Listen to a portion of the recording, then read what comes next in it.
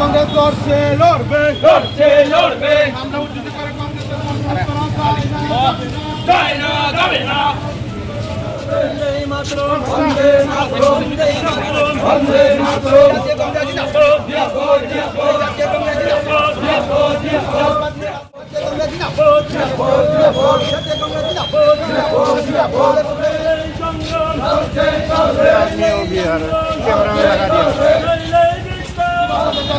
লড়ছে লড়বে আমরা উচ্চিত করে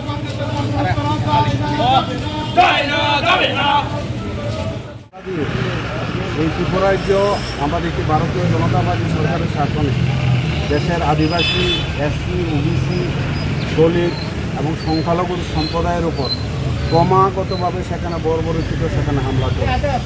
যখনই এই হামলার প্রতিবাদে আমাদের জাতীয় কংগ্রেসের নেতৃত্বরা যখন প্রতিবাদ করছেন, বক্তব্য রাখছেন, তখন আমরা দেখছি সংঘবদ্ধভাবে বিজেপির হায়নার দল আমাদের কংগ্রেস নেতৃত্বের উপর সেখানে আক্রমণ সেখানে সংঘটিত হচ্ছে।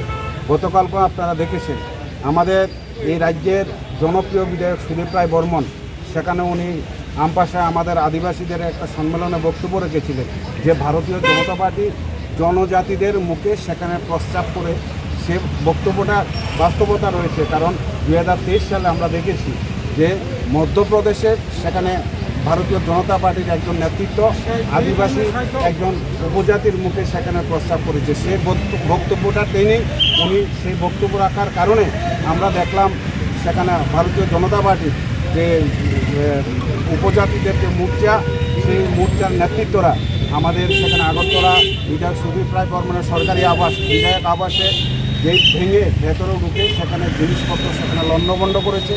সুদীপ রায় বর্মনের উপর আক্রমণের একটা চেষ্টা হয়েছে।